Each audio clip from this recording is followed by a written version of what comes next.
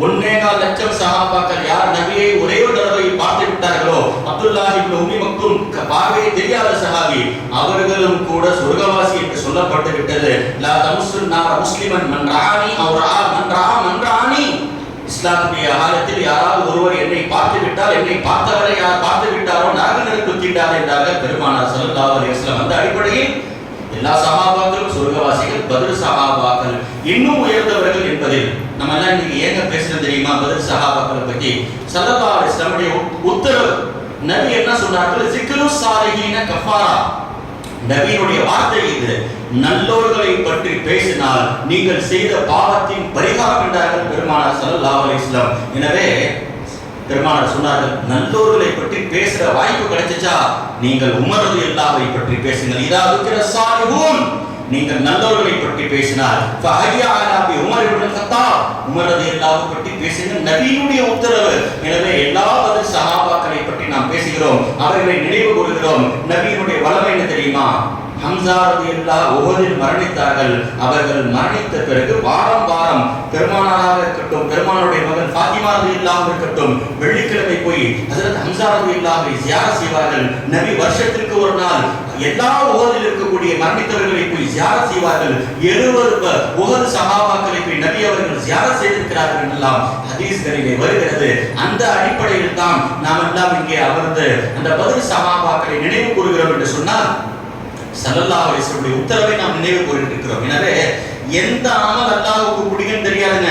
இப்போ நம்ம 11 மணி இது தூங்குகின்ற நேரம் என்றே வைத்துக் கொள்ளுங்கள். நாம் இன்று பத்ர் சஹாபாக்களை பற்றி பேசுகிறோமே, இந்த ஒரு காரியம் அல்லாஹ்வுக்கு பிடித்து போய்விட்டால் அல்லாஹ் நம்முடைய பாவத்தை மன்னித்து விடுவான். ஏன் அல்லாஹ் ஸமானி ரஹ்மத்துல்லாஹி அலைஹி சொல்லுகிறார்கள், அபூ மன்சூர் என்று சொல்லுகின்ற மிகப்பெரிய இமாம் மரணித்த பிறகு அவர்களை கனவில் பார்க்கப்படுகிறது.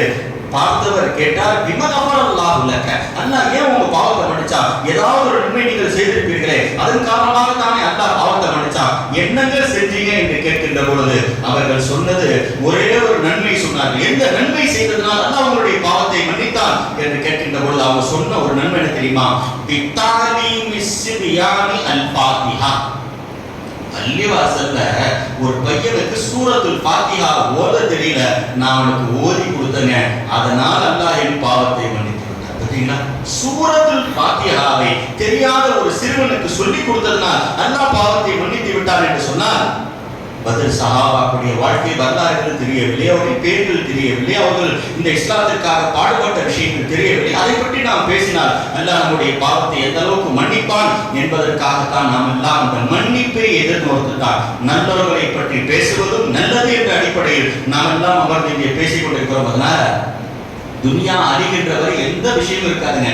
ஸல்லல்லாஹு அலைஹி வஸல்லம் சொன்னார்கள், நான் உருவாக்கிய சுன்னத்துகள் எல்லாம் ஒரு காலம் வரை தான் ஒண்ணா போயிட்டே இருக்கும். முதல் சுன்னத் என்ன தெரியுமாங்க? போவோம், ஹயா என்னும் வெட்கம் போய்விடும். அதற்கு பிறகு என்ன? ஆணிதம் போய்விடும். அதே போன்று நம்பிக்கைத்தனம் போய்விடும். நபி ஒண்ணா சொன்னாங்க, துனியாவில் எல்லாம் போய்விடும், ஒன்றே ஒன்று போகவே போவாது, கியாமத்துடைய கடைசி நாள் வரை இருக்கும் என்றார்கள் பெருமானார் ஸல்லல்லாஹு அலைஹி வஸல்லம். அது என்ன தெரியுமா? அல் ஜிஹாது மாதி இலா யௌமில் கியாமா. வாழையிடத்து போர் செய்வதில் என் உம்மத்திலே கியாமத்துடைய கடைசி நாள் வரை இருக்கும். இலா யபாத் ஆகிரோ ஹாதில் உம்மா, இந்த உம்மத்தில் கடைசி நபர் வருகின்ற வரை வாழையிடத்து போர் செய்து கொண்டே இருப்பார். ஏன்? நல்லோர் இருக்கிறார் என்றால் பாவிகளும் இருக்கத்தான் செய்வார்கள். உண்மை இருக்கிறது என்று சொன்னால் பொய்யும் இருக்கத்தான் செய்யும். ஹக்கு இருந்தால் பாத்திலும் இருக்கும். பாத்திலை எதிர்க்க வேண்டிய பொறுப்பு ஹக்கை சார்ந்தவர்களுக்கு என்று பெருமானார் சொன்னதின் அடிப்படையில் கியாமத் வரை போர் இருக்கத்தான் செய்யும் என்ற ஹதீஸ்கள் நமக்கு காட்டப்படுகிறது. எனவே நாம் இந்த ஜிஹாத்ல நம்மளால கலந்து கொள்ள முடியாது. எல்லா சஹாபாக்களும் ஜிஹாத் ஆசைப்பட்டாங்க, ஷஹாதத் ஆசைப்பட்டாங்க, நபி கூட ஆசைப்பட்டாங்க. நபியுடைய ஆசைகள் பார்த்தீங்களா என்ன ஆசைப்பட்டாங்க? ஸல்லல்லாஹு அலைஹி வஸல்லம், லவதித்து, நான் ஆசைப்படுகிறேன், அன்னி உக்தல் ஃபீ சபீலில்லாஹ், அல்லாஹ்வுடைய பாதையில் நான் வெட்டப்பட வேண்டும். பார்த்தீங்களா? வாழ்நாளில் நபி தன் கையால் யாரையும் வெட்டியது கிடையாது. ரஹ்மத்துல் ஆலமீன், அவர்களை கொண்டு எந்த ஒரு படைப்புக்கும் நோவினை வராது. ஆனால் அப்படிப்பட்ட நபி தன் வாளை எடுத்து ஒரு தடவை ஒருவனை வெட்டி விட்டார்கள் என்று சொன்னார். உமையாவின் கலப் என்று சொல்லுகின்ற பிலாலே ஹபஷியை யார் எஜமானனாக ஆக்கி வைத்து கொடுமை செய்தானோ அப்படிப்பட்ட உமையாவின் கலப்பை பெருமானார் ஸல்லல்லாஹு அலைஹி வஸல்லம் தன் கையால் ஒரு தடவை எடுத்து வெட்டி விட்டார்கள். அதை தவிர வாழ்நாளில் நபி யாரையும் வெட்டவும் இல்லை, குத்தவும் இல்லை என்ற ஹதீஸ் ஹதீஸில் வருகிறது என்று சொன்னால், இன்னைக்கு இஸ்லாம் போரால் வளர்ந்தது என்று சொன்னார்கள். இந்த ஜிஹாதால் வாளால் பரப்பப்பட்டது இஸ்லாம் சொன்னாங்க. இஸ்லாத்தில் ஜிஹாத் கடமையாகின்ற பொழுது, நபி வாழை இருக்கின்ற பொழுது நபிக்கு வயசு என்ன தெரியுமாங்க? 55 வயசு. 55 வயதில் நபி வாளை எடுக்கின்றார்கள். அதுவரை தாக்குதல்கள், அதுவரை அடிகள், அதுவரை சித்திரவதைகள், எப்படி எல்லாம் சஹாபாக்கள் நோவினை செய்யப்பட்டார்கள். 55 வயசுல நபி வாளை எடுத்திருக்கிறாங்க. இஸ்லாம் வாளால் பரப்பப்பட வேண்டும் என்று சொன்ன நபி 25 வயசுல வாளை எடுத்திருக்கணுங்க. 55 வயசுல வாளை எடுத்தார்கள். வெறும் 9 ஆண்டுகள் தான் நபி வாழுகின்ற காலத்திலே போர் இருந்துச்சு. பராபின் ஆசிப் ரலியல்லாஹு அன்ஹு கேட்கப்பட்டுச்சு, நபி கலந்து கொண்ட போர்கள் மொத்தம் எத்தனை என்று சொல்லுகின்ற பொழுது புகாரிலே ஹதீஸ் வருகிறது. பராபின் ஆசிப் சொன்னார்கள், 17 கஸ்வா. நபி கலந்து கொண்ட போர்கள் தன்னுடைய வாழ்நாளிலே வெறும் 17 போர்கள் தான் நபி கலந்து கொண்டார்கள். 17 போர்ல தான் நபி கலந்து கொண்டிருக்கிறாங்க. 36 சிறு படைகளை நபி அனுப்பி இருக்கிறார்கள். 17 போரில் தானே நபி வந்து கலந்து கொண்டார்கள் என்று சொன்னால் 1000 போர்கள் ஒரு பக்கம், பத்ர் ஒரு பக்கம்ங்க. என்னங்க பத்ருக்கு அப்படிப்பட்ட சிறப்பு தெரியுமா? குர்ஆனில் அல்லாஹ் 3 போருடைய பெயரை பற்றி தான் அல்லாஹ் குர்ஆன்ல சொல்றான். எத்தனையோ போர் நடந்துச்சு, எல்லா போரையும் பற்றி அல்லாஹ் குர்ஆனில் சொல்லவில்லை. 3 போரின் பெயர் மட்டும் தான். உஹதை பற்றி ஹதீஸில் வருகிறது, ஆனால் ஆயத்துகள் இருக்கிறது, பேர் குர்ஆனில் வரவில்லை. எவ்வளவு போர் இருக்கிறது? கந்தக் இருக்கிறது, இல்லை. தபூக் இருக்கிறது, இல்லை. 3 போரின் பெயர் தான் குர்ஆனில் வருகிறது. அதில் பத்ர் பார்த்தீங்களா? இரண்டாவது ஹுனை என்ற போரை பற்றி, அஹ்ஸாப் என்ற போரை பற்றி, இந்த 3 போரின் பெயர்கள் தான் குர்ஆனில் வருகிறது. அதுவும் பத்ருடைய விஷயமாக ஏறத்தாழ 50க்கும் மேற்பட்ட ஆயத்துகள் குர்ஆனில் இருக்குங்க. 50 ஆயத்துகள் ஒரு போரை பற்றி பேசுகிறது, அதில் கலந்து கொண்டவர்களை பற்றி பேசுகிறது, அவருடைய உயர்வை சிறப்பை பற்றி பேசுகிறதுன்னு சொன்னா அந்த பத்ர் சஹாபாக்கள் எந்த அளவுக்கு சிறந்தவர்களாக இருப்பார்கள் என்பதை நாம் எல்லாம் பார்க்க வேண்டும். எனவே எப்போதும் சொன்னால் என்ன தெரியுமாங்க, அல்லாஹ் தஆலா எந்த அளவுக்கு ஒரு சஹாபி இருந்தாங்க, ரொம்ப பெருமையாக நடந்து போனாங்க. ஸல்லல்லாஹு அலைஹி வஸல்லம் சொன்னாங்க, இவர் போரில் தவிர வேற எங்காவது இருந்தால் அல்லாஹ் பிடித்து விடுவான், போரில் இந்த நடை சிறந்ததுன்னாங்க. என்ன ஹாதிஹில் மஷியா ல மஷியத்துன் யுஹிப்புல்லாஹ். போர்க்களத்தில் நீங்கள் பெருமையாக நடந்தால் அல்லாஹ் உங்களை சந்தோஷத்தோடு பார்க்கிறான். போர் அல்லாஹ்விடத்தில் நீங்கள் அதே பெருமையோடு நடந்தால், போர் என்னங்க, பல ஹராம்களை ஹலாலாக்குகின்ற இடம் தான் போர். என்னங்க, யாரையும் ஏமாற்றக்கூடாது. போர்க்களத்தில் ஏமாற்றலாம். அல் ஹர்பு குதுஅத்துன் ஸல்லல்லாஹு அலைஹி வஸல்லம் சொன்னார்கள், 3 இடத்தில் போய் செல்வதற்கு அனுமதி, அதில் ஒரு இடம் போர்க்களம் என்றார்கள் பெருமானார் ஸல்லல்லாஹு அலைஹி வஸல்லம். அல் ஹர்பு குதுஅத்துன், போரில் சில தந்திரங்களை கையாளலாம். எப்படிங்க? மார்க்கத்தில் இந்த வெள்ள முடியை கருப்படிக்கிறதுக்கு மார்க்கத்தில் அனுமதி கிடையாது. டை அடிக்கிறதுக்கு ஸல்லல்லாஹு அலைஹி வஸல்லம் சொன்னார்கள், போரிலே ஒரு வயதானவனை சிறியவனாக வாலிபனாக காட்டுவதற்காக டை அடிக்கலாம் என்றார்கள் பெருமானார் ஸல்லல்லாஹு அலைஹி வஸல்லம். போர் களத்துல ஒரு வயசானவர் போருக்கு வருகிறார், வெள்ள முடியோடு வரக்கூடாதுங்க, அவருக்கு கருப்பால டை அடிச்சு கொண்டு வர வேண்டும் என்றார்கள் பெருமானார் ஸல்லல்லாஹு அலைஹி வஸல்லம். அந்த அளவுக்கு போர் என்பது சில தடை செய்யப்பட்ட விஷயங்கள் ஆகமாக்கப்பட்டதாக ஆகிவிடுகிறது என்று சொன்னால் பத்ர் சஹாபா கொஞ்சம் யோசிப்பார். இந்த வரலாறு பேசப்பட்டு கொண்டே இருக்க வேண்டும். எனக்கு முன்னால் பேசிய உலமாக்கள், இமாம்கள் நல்ல செய்திகளை, தகவல்களை, பத்ர் சம்பந்தமான விஷயங்களை சொன்னார். எப்படிப்பட்ட சஹாபாக்கள்? முஸ்அப் பின் உமைர் ரலியல்லாஹு அன்ஹு கூட பிறந்த சகோதரங்க அபூ உமைர். 14 வயசுங்க, 14 வயசு. போர்க்களத்தில் வந்தே ஆக வேண்டும் என்று இவர்கள் தான் பத்ரில் ஷஹீதானவர்களில் சின்ன வயசு. பார்த்தீங்களா? வேற யாருமே இதை விட சின்ன வயசில் பத்ர் போரில் கலந்தும் கொள்ளவில்லை, இறந்தும் போகவில்லை. வெறும் 14 நபர்கள் தான் ஷஹீதானார்கள். அதுல ரொம்ப சின்ன வயசு உமைர் என்று சொல்லுகின்ற சஹாபி, இவங்க தாங்க சின்ன வயசு. இவங்க போருக்கு வரும்பொழுது ஸல்லல்லாஹு அலைஹி வஸல்லம் சொன்னார்கள், அவங்க பார்த்து அவங்களுடைய நடை கூட சரியா நிக்க முடியலங்க. எந்த அளவுக்கு என்று சொன்னால் இவங்களால ஆயுதத்தை கூட தூக்க முடியல. ஆனால் அவருடைய சகோதரர் தான் தூக்கிட்டே வந்தாங்க போருக்கு. எதை வாட தூக்க முடியல, வாட கொண்டு வந்து போர் வரைக்கும் வந்து கொடுத்தார்கள் என்று வரலாறு வருகிறது. ஸல்லல்லாஹு அலைஹி வஸல்லம் அவங்களை பார்த்து சொன்னாங்க, தா ஹாதல் அம்ரல் தஜால், அப்பா நீ போர்க்களத்துக்கு வரலப்பா, நீ போய்டு, அதை பார்த்துக் கொள்வதற்கு மற்றவர்கள் இருக்கின்றார்கள். ஆண்களுக்கு இந்த இடத்தை விட்டுவிட்டு நீ போய்விடு. மார்க்கத்தில் பெண்களுக்கும் சிறுவர்களுக்கும் மரணம் பாதிக்கப்பட்டவர்களும் போர்க்களத்திலே அனுமதி இல்லை என்று நபி அவர்கள் ஸல்லல்லாஹு அலைஹி வஸல்லம் சொன்னார்கள். ஒவ்வொரு போருக்கும் போகின்ற பொழுது நபி அவர்கள் படைகளுக்கு சொல்லித் தருகின்ற உபதேசம் என்ன தெரியுமா? ஸல்லல்லாஹு அலைஹி வஸல்லம் சொல்வார்கள், லா துக்தல் வலிதன் வலா இம்ராஅத்தன் வலா ஷைகன் ஃபானியன். எந்த சிறுவர்களையும் தெரிந்தும் கூட நீங்கள் கொலை செய்து விடாதீர்கள். இன்னைக்கு போருடைய எந்த ரூல்ஸ் கடைபிடிக்கப்படுகிறது? நேற்றினுடைய தினம், நேற்றினுடைய அன்றைய தினம் அப்பாவி சிறுவர்களை பாவித்து கொலை செய்து விட்டார்கள் என்று சொன்னால் என்னங்க வயசினுடைய பாரபட்சம் பார்க்கப்படுகிறது.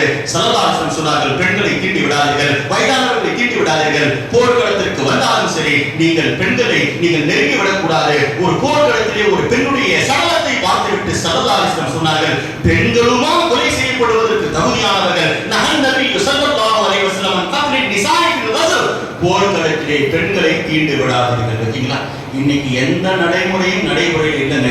ஸல்லல்லாஹு அலைஹி வஸல்லம் போருக்கு என்று சட்டங்களை வகுத்து கொடுத்தார்கள். நபி போருக்கு போன ஆசையே கிடையாதுங்க.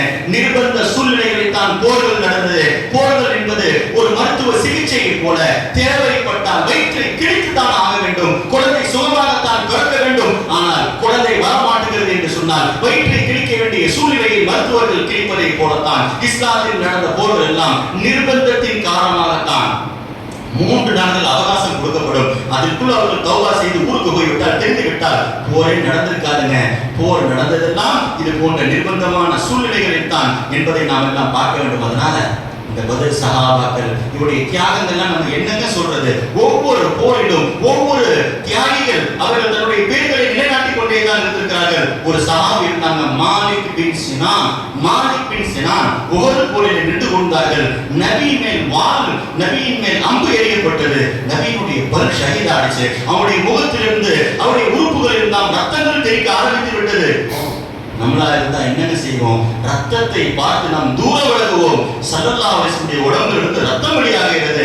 மாலிக் பின் சினான் போனார்கள். ஃபமஸஸ்து ஜுர்ஹஹு, நபியினுடைய உடம்பிலிருந்து வழிகின்ற அந்த ரத்தத்தை என் வாயால் நான் குடித்து விட்டேன். பாத்தீங்களா, நபியினுடைய உடம்பிலிருந்து அந்த வெளியான ரத்தத்தை நான் உறிந்து விட்டேன். என் வாயில் நான் உறிந்து அதை பாலை வழுகுவதை போல வழிவிட்டேன். ஸல்லல்லாஹு அலைஹி வஸல்லம் சொன்னார்கள், மன் அஹப்ப அன் யன்துர இலா மன் ஹாரத தமி தமஹு, என்ன பார்க்கணும் யாராவது இதற்கு பிறகு ஆசைப்படுறீங்களா? என்னுடைய ரத்தம் யார் உடம்பில் கலந்து விட்டதோ அவரை பாருங்கள், அவர் என்னை பார்த்ததை போல. என்துரிலா மாலிக் பின் சினான், இவரை பாருங்கள் என்னை பார்த்ததை போல என்றார்கள் பெருமானார் ஸல்லல்லாஹு அலைஹி வஸல்லம். சஹாபாக்கள் ஒவ்வொருவரும் தன்னுடைய மனைவி மக்களை தன்னை எல்லாரையும் அர்ப்பணித்து தியாகம் செய்து வந்த தீனு தாங்க இந்த தீன். அதனால் அவர்களை பற்றி நினைக்காமல் யாரை பற்றி நினைக்க சொல்லுகிறீங்க? யாரை பற்றி பேச சொல்லுகிறீர்கள்? எனவே அப்படிப்பட்ட ஒரு தியாகம். நேற்று கூட நான் சொன்னேன், பத்ர் சஹாபாக்கள் என்று பள்ளிவாசலில் தனி இடங்கள். அலி ரலியல்லாஹு அன்ஹுடைய காலம் ஜனாஸா வந்துச்சுன்னா அலி ரலியல்லாஹு கேட்கிற முதல் கேள்வி யார் தெரியுமா? இவர் சஹாபியான்னு கேட்பாங்க. இரண்டாவது, நீங்க சஹாபின்னு சொல்லப்பட்டு விட்டால் இவர் பத்ர் சஹாபியான்னு கேட்பாங்க. ஆமா, பத்ர் சஹாபி என்று சொன்ன உடனே ஹஜ்ரத் அலி ரலியல்லாஹு என்ன தெரியுமா செய்வாங்க? 6 தக்பீர்கள் செய்வார்கள். மற்ற சஹாபியாக இருந்தால் 5 தக்பீர்கள். சாதாரண முஸ்லிம் என்றால் 4, சஹாபி என்றால் 5, பத்ர் என்று சொன்னால் 6 என்ற ஒரு வடமை ஹஜ்ரத் அலி ரலியல்லாஹு அவர்கள் மரணிக்கின்ற வரை செய்திருக்கிறார்கள் என்று சொன்னால், பத்ர் சஹாபாக்கள் வீரர்களுடைய புகழ்மாலை எல்லாம் பெருமானார் ஸல்லல்லாஹு அலைஹி வஸல்லம் புகழ்ந்து பேசியிருக்கிறார்கள். ஒரு சஹாபி இருந்தாங்க, கஅபா பின் அம்ர். பாத்தீங்களா, பத்ர் சஹாபிகள். இவங்க போர்க்களத்துக்கு வந்துட்டாலே அந்த போர் சூடு பிடித்து விடும்.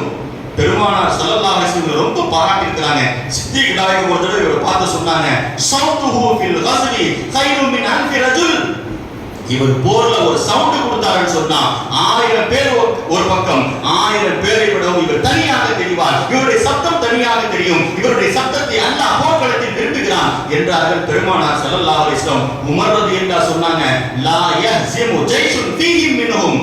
காபாவின் அமர் ஒரு போரில் கலந்து கொண்டு முஸ்லிமுடைய படை இதுவரை தோற்றவே கிடையாது என்று சொல்லுகிறார்கள் என்று சொன்னால், சஹாபாக்களை பாராட்டுகின்றார்கள். பத்ர் சஹாபாக்களை பாராட்டுகிறார்கள் என்று சொன்னால், ஒவ்வொரு கலீஃபாவும் அவர்களுடைய ஆட்சி காலத்தில் ஒவ்வொரு சஹாபியும் பத்ரில் கலந்து கொண்ட சஹாபிகளுக்கு ஏறத்தாழ 10,000 12,000 திர்ஹம்கள் தீனார்களை அவர்கள் பைத்துல் மாலிலிருந்து கொடுத்தார்கள் என்று சொன்னால், நீங்கள் செய்த தியாகங்கள் தான் என்று பைத்துல் மால், நீங்கள் செய்த தியாகங்கள் தான் என்று பள்ளிவாசல்கள், மிம்பர்கள், மிஹ்ராபுகள் உங்களுக்கு போகத்தான் மற்ற முஸ்லிம்களுக்கு என்று 4 கலீஃபாக்களும் தங்களுடைய ஆட்சி காலத்தில் கொடுத்தார்கள் என்று சொன்னார். இன்னைக்கு தெரிஞ்சுக்கோங்க, நல்ல யாரும் நசப வச்சு பெருமடிக்க கூடாதுங்க. நான் என்ன கோத்திரம் தெரியுமா? நபி அவர்கள் இதை தடுத்திருக்கார்கள். அல்லாஹ்வுக்கு கோத்திரமே பிடிக்காது. நான் என்னுடைய வம்சம் தெரியுமா? என் பாரம்பரியம் என்ன தெரியுமா? சஹாபாக்கள் எந்த பாரம்பரியத்தை கொண்டு பெருமை அடித்தது கிடையாது. ஆனால் அந்த சஹாபாக்கள் ஒரே ஒரு பெருமை அடித்திருக்கிறார்கள். என்ன தெரியுமாங்க? ஒவ்வொரு வீட்டு சின்ன சின்ன பிள்ளைகள் சொல்லுவாங்க, எங்க வாப்பா யார் தெரியுமாங்க? சொல்றதுக்கு தகுதியானதுங்க, பெருமை அடிக்கிறது தகுதியானது ஒன்றே ஒன்று தான். சின்ன சின்ன சலாபா விளையாடிட்டு இருக்கும்போது சொல்லுவாங்கன்னா, உங்க வாப்பா யார் தெரியுமா, எங்க வாப்பா யார் தெரியுமா. இன்னைக்கு பசங்க பேசிக்கிறாங்க, எங்க வீட்டுல கார் இருக்குது, உங்க வீட்டுல பைக் தானே இருக்குது, நான் எதுல போறது தெரியுமா, நீ எதுல போறது தெரியுமா. சலாபாக்கள் பேசிக் கொள்வது என்ன தெரியுமா, என்னுடைய வாப்பா பதிலில் கலந்து உங்க வாப்பா பதில கலந்துட்டேன் இல்லையே பார்த்தீங்களா. என் தந்தை யார் தெரியுமா, பதிலில் கலந்து கொண்டவர். இந்த இஸ்லாம் இந்த தீன் என்று இருக்கிறது என்று சொன்னால் என் தந்தை போரில் கலந்து கொண்டார். பெருமையாக சொல்வார்கள் சஹாபாக்கள். ஹுசைபாவின் யமான் சொன்னார்கள், ஹுசைபா ரலியல்லாஹு அன்ஹு என் தந்தை யமான் போரில் வெட்டப்பட்டார், ஷஹீதாக்கப்பட்டார். நான் பெருமையாக சொல்கிறேன், அந்த இழப்பை நான் இழப்பாக நினைக்கவே இல்லை. ஒவ்வொரு பெண்களும் தங்கள் வீட்டில் இருக்கக்கூடிய மனைவிமார்கள் கணவன் இறந்து போன பிறகு சந்தோஷப்பட்டார்கள். ஏன், நாளை அல்லாஹ் என்னை கபரிலிருந்து அழைக்கின்ற பொழுது, மறுமையில் அழைக்கின்ற பொழுது, பதிலே உயிர் நீத்த ஒரு கணவனின் மனைவியே வா என்று சொல்லுகின்ற பொழுது எனக்கு எப்படிப்பட்ட ஒரு ஆனந்தம் இருக்கும், எப்படிப்பட்ட ஒரு பெருமை இருக்கும். என் கணவர் பதில் இருந்து போனார், என் கணவர் பதிலே இந்த தீனுக்காக ஷஹீதானார், அவருடைய மனைவி என்று சொல்வதில் பெருமை என்று ஒவ்வொரு பெண்மணிகளும் சொன்னார்கள் என்று சொன்னார். அந்த தியாகத்துடைய நாள் தான் இன்றாக இருக்குது. அதனால நம்ம சஹாபாக்கள் பெண்மணிகளை பற்றி பேசுறதுக்கு உம்மு சினான் என்று சொல்லுகின்ற ஒரு பெண்மணி அஸ்லமியா சொன்னார்கள், நான் பார்த்தேன் தபூக்கிலே பெருமானார் ஸல்லல்லாஹு அலைஹி வஸல்லம் காசு ரொம்ப தேவைங்க, காசை வசூல் பண்ணிட்டு இருந்தாங்க.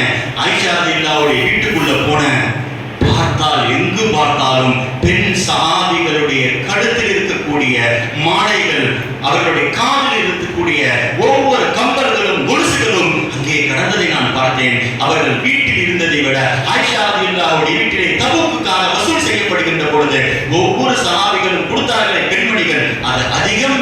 உம்மு சினான் அஸ்லமியா சொன்னார்கள், நான் பார்த்தேன். பார்த்தீங்களா, ஆண்கள் எல்லாம் போர்க்களத்தில் வந்து தியாகம் செய்தார்கள், பெண்மணிகள் எல்லாம் போருக்கு வராமல் அவர்கள் எல்லாம் தங்களுடைய நகைகளை எல்லாம் கொடுத்து சொன்னார்கள். ஏன் பெண்கள் போர்க்களத்திற்கு வரக்கூடாது. ஸல்லல்லாஹு அலைஹி வஸல்லம் சொன்னார்கள், ஜிஹாது குன்னல் ஹஜ். இன்னைக்கு சாதாரண கூட்டத்துக்கு ஆர்ப்பாட்டத்துக்கு எல்லாம் பெண்களை கூட்டு போயிடுறாங்க. என்னங்க, இஃப்தாருக்கு இருந்து பொம்பளைங்களை லாரி எடுத்துட்டாங்க, என்னங்க இங்க பெண்கள் போயிட்டாங்க. ஒரு நடிகருடைய இஃப்தாரினை கலந்து கொள்வதற்கு போட்டிகள், அவரை நான் பார்த்து விட்டேன், தொழுகவில்லை என்று ஒரு பெண்மணி சொல்கிறார். அல்லாஹ்வை மறந்துவிட்டு ஒரு நடிகையை பார்ப்பதற்கு போட்டிகள் போட்டாக இருக்கிறது. பெண்கள் சூழ்நிலை எவ்வளவு சிரமமான நேரம். நபி 313 ஆண் சஹாபாக்களை கூட்டு போனார்களே தவிர ஒரு பெண்மணிகளையும் கூட கூட்டு போறீங்க. நபி அந்த எல்லா பெண்மணிகளை பார்த்து சொன்ன வார்த்தை தெரியுமா, யார் சொல்லலாம், எங்களுக்கெல்லாம் போருக்கு வர ஆசை இருக்கிறது, அனுமதி தாருங்கள், நாங்கள் வருகிறோம். நபி சொன்னது ஜிஹாது குன்னல் ஹஜ். எந்த சூழ்நிலையில் நீங்கள் போருக்கு வரக்கூடாது, உங்களுடைய ஜிஹாத் ஹஜ் தான் ஜிஹாத். நீங்க அதிகப்படியான பயணம் இந்த மார்க்கத்திற்காக அதிக தியாகம் போர்க்களத்தில் கிடையாது. மக்காவுக்கு போய் நீங்கள் அங்கே ஹஜ் செய்து விடுங்கள், அதுதான் உங்களுடைய அதிகபட்ச தியாகம் என்பதை பெருமானார் ஸல்லல்லாஹு அலைஹி வஸல்லம் சொன்னார்கள் என்று சொன்னால், இன்னைக்கு நம்முடைய வீட்டு பெண்மணிகள் சாதாரண விஷயத்திற்கெல்லாம் வெளியே வந்து விடுகிறார்கள் என்ற ஒரு செய்தியை நாம் பார்க்க முடியும். அதனால நேரங்கள் கடந்து கொண்டே இருக்கிறது. 2-3 செய்திகளை மட்டும். முஹாஜிர்களுடைய தியாகங்கள் ஒரு பக்கம், அன்சாரிகள் ஏறத்தாழ 226 பேர் அன்சாரி சஹாபாக்கள் பதில் கலந்து கொண்டார்கள். 86 பேர் தாங்க முஹாஜிர்கள், ஆனால் 226 பேர் அவங்க செஞ்ச தியாகத்தை நபி பார்த்து பார்த்து பூரித்து போகும்போது வாழ்நாளில் பதிலுக்கு பிறகு நபி கேட்ட துஆ என்ன தெரியுமா, பதில் சஹாபாக்களுக்காக துஆ கேட்டாங்க. எப்பெல்லாம் அன்சாரி சஹாபாக்கள் நபி பாப்பாங்களோ கையை தூக்கி அல்லாஹ் கிட்ட துஆ செய்வாங்க, அல்லாஹும்ம ஃபில் அன்சார், அல்லாஹ் இந்த அன்சாரிகளை மன்னிச்சிரு. இவங்க தான் பதில்ல போருக்காக கலந்து கொண்டார்கள். வெறும் அன்சாரிகளுக்காக கேட்கவில்லை, வலியபுனாய் அன்சார், அன்சாரிகளுடைய பிள்ளைகளையும் மன்னிச்சிரு. அதோடு நிற்கவில்லை நபி, வலியபுனாய் அபுனாய் அன்சார், அன்சாரிகளுடைய பிள்ளைகளுடைய பாவத்தை மன்னிச்சிரு. போர் செஞ்சது யாருங்க? இன்னைக்கு பேரர் போய் பென்ஷன் வாங்கிட்டு வராரு, சுதந்திர தியாகத்தை அவர் போய் கலந்துக்கிட்டதே இல்லை. தாத்தா தியாகம் செய்தார், பேரன் பென்ஷன் வாங்குகிறார் என்று சொன்னால் அவருக்கு கோல்டு மெடல் கொடுக்கப்படுகிறது. என்னங்க, இவருக்கு போருக்கு போனாரா? இவங்களுடைய தாத்தா போருக்கு போனாங்க. நபி அன்சாரிகளுக்காக துஆ செய்தார்கள், அன்சாரிகளுடைய பிள்ளைகளுக்கு. நபி அன்சாரிகளுக்காக துஆ செய்தார்கள், அன்சாரிகளுடைய பேர்களுக்கு என்று சொன்னார். இந்த ஜிஹாத், இந்த பத்ருடைய போர்க்களம் எப்படிப்பட்டது என்பதை பாருங்க, கொஞ்சம் யோசிச்சு பாருங்க. நபி அழைக்கின்ற பொழுது சஹாபாக்கள் எங்கே பயிற்சி எடுத்தார்கள், எங்காவது போயிட்டு வந்தாங்களா? அவங்களுடைய முதலீடு என்ன தெரியுமாங்க, வன்னல்லாஹ மஅல் முஃமினீன். கூப்பிடுறது நபி, நம்மோடு இருப்பது அல்லாஹ். இந்த ரெண்டு வார்த்தை தான். இன்னைக்கு ஏன் அந்த தியாகத்தை பற்றி பேசுறோம்னு சொன்னால், ஆயுதத்தை நம்பி அவர்கள் போர்க்களத்திற்கு போகவில்லை, ஆயுதம் பயிற்சி எடுக்கவில்லை. மதீனாவுக்கும் போருக்கும் சம்பந்தமே கிடையாது. போர்க்களத்தை பார்க்காதவர்கள். பலஸ்தீனிலே போர் நடந்திருக்கிறது, மற்ற ரோமிலே போர் நடந்திருக்கிறது, பாரிஸிலே போர் நடந்திருக்கிறது, அரபிலே அதுவரை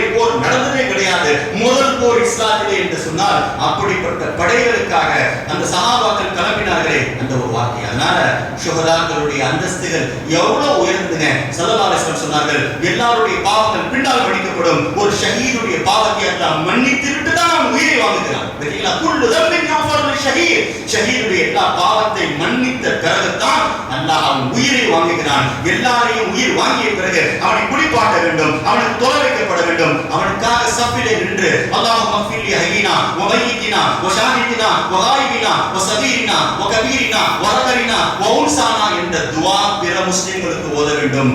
எந்த பதில் சஹாபாக்களுக்காக இது போன்ற துஆக்கள் ஓதப்பட்டதாக வரலாறு கிடையாது. ஏன்? அவர்கள் தான் மன்னிக்கப்பட்டு விட்டார்களே, அவர்கள் குளிப்பாட்டப்படவில்லை, அப்படியே அடக்கப்பட்டார்கள் என்று சொன்னால் யோசிக்க வேண்டும். அந்த பதில் சஹாபாவுடைய வரலாறு. அபு உசைர் என்று சொல்கின்ற சஹாபி தான் பதிலில் கலந்து கொண்டு கடைசியாக மரணித்த சஹாபி ஹஜ்ரத் அபு உசைர். இவருடைய வரலாறு எல்லாம் இன்று ஓதப்பட்ட இன்றைய நாள் பதிலுடைய நாளிலே நாம் பேசுவதற்காக ஸல்லல்லாஹு அலைஹி வஸல்லம் அந்த தியாகம் நபி அதனால தான் சொன்னாங்க. இன்னைக்கு பதில்ல எல்லாருடைய தியாகத்தை பத்தி பேசுறாங்க, பெருமானாருடைய வீரத்தனத்தை பத்தி யாரும் பேசவே மாட்டாங்க. என்ன காரணம்? நபி சொன்னார்கள், ஃபுதில்து அலன் நாஸி பி அர்பா, மற்ற மனிதர்களை விட அல்லாஹ் 4 தன்மைகளை கொண்டு அல்லாஹ் என்னை சிறப்புப்படுத்தியிருக்கிறான். என்னையும் மனிதர்களையும் சம்மதப்படுத்தினாதீங்க. சாதாரண குறைஷி கோத்திரத்திலேயும் குறைஷி இல்லாதவருக்கு மத்தியில் நபி சொன்னாங்க, ஒரு குறைஷி அல்லாதவர் ஒரு குறைஷிக்கு முன்னால் 2 நபர்களின் சமம் என்றார்கள் பெருமானார். அதாவது ஒரு குறைஷில ஒருத்தர் பிறந்துட்டாரா, அவர் 2 நபருக்கு சமம். சாதாரண வேற ஒரு குலத்தில் பிறந்திருக்கிறாரா, அவர் ஒரு மனிதர் என்றார்கள் பெருமானார். இப்போ நபி எத்தனை மனிதருக்கு சமங்க? ஸல்லல்லாஹு அலைஹி வஸல்லம் சொன்னார்கள், சொர்க்கவாசிகளின் 100 பேருக்கு நான் நிகரானவர். ஒரு நான் நபி 100 சொர்க்கவாசிகளுடைய சக்தி வழங்கப்பட்டிருந்தார்கள். அதைத்தான் நபி அவர்கள் சொன்னார்கள், 4 கொண்டு நான் சிறப்புப்படுத்தப்பட்டேன் என்றார்கள் பெருமானார் ஸல்லல்லாஹு அலைஹி வஸல்லம். முதல் விஷயமே தெரியுமா? அதிகமான கொடை கொடுக்கிறது. பிஸ்ஸகா, என்ன மாதிரி கொடை யாரும் கொடுத்தது கிடையாது. நான் வாரி வழங்குகின்றவன். உலகத்தில் இருக்கக்கூடிய எல்லாரும் உலகத்தை கொடுத்தார்கள், நான் அல்லாஹ்வை கொடுத்தேன், இஸ்லாத்தை கொடுத்தேன், தீனை கொடுத்தேன், பதில் சஹாபாக்களை கொடுத்தேன். நான் தான் மிகப்பெரிய கொடைவந்தர் என்ற ஒரு செய்தி நபி சொன்னாங்க. இரண்டாவது தான் ரொம்ப முக்கியமான நபி சொல்லுகின்றார்கள், வஷுஜாஅதி, என்னை பற்றி பேசுகின்றவர்கள் என் வீரத்தை பற்றி பேசட்டும். கான ரசூலுல்லாஹி ஸல்லல்லாஹு அலைஹி வஸல்லம் அஷ்ஜஅன் நாஸ், நபி அவர்கள் மக்களின் மிக வீரராக இருந்தார்கள். நபியுடைய வீரத்தனத்தை பற்றி அவர்கள் மைதானத்துக்கு மத்தியில் இருந்தார்கள். நபியை யாரும் நெருங்க முடியவில்லை. அபூ லஹப் போன்றவன் நபியை நெருங்க நினைத்து சவால் விட்டு வந்தான், திரும்பி வந்து விட்டான். நபியினுடைய வலது தோள்புஜத்திலே ஒரு சிங்கமும் இடது தோள்புஜத்திலே ஒரு சிங்கமும் இருந்து கொண்டிருக்கிறது. நபி உலக மக்களுக்கு சவால் விட்டார்கள், என்னை போன்று நீங்கள் ஆகலாம் என்று நினைக்கின்றீர்களா? நுசிர்து பிர்ருஆபி மஸீரத ஷஹ்ரைன், 2 மாத தூர தொலைவிலே எதிரி வருகின்ற பொழுது என்னை பற்றி பயம் அவன் உள்ளத்தில் போடப்படுகிறது. நான் 2 மாச தூரம், இங்க இருந்து ஒரு 2 மாச தூரத்துல ஒரு கிலோமீட்டர் வச்சுக்கோங்களேன், அந்த இடத்தில் எதிரி வருகின்ற பொழுது நபியை பற்றி பயம் அவன் உள்ளத்தில் போடப்படுகிறது என்றார்கள் பெருமானார் ஸல்லல்லாஹு அலைஹி வஸல்லம். அந்த அளவுக்கு நபி வீரரானவர்கள். மூன்றாவது தெரியுமா நபி சொன்னாங்க,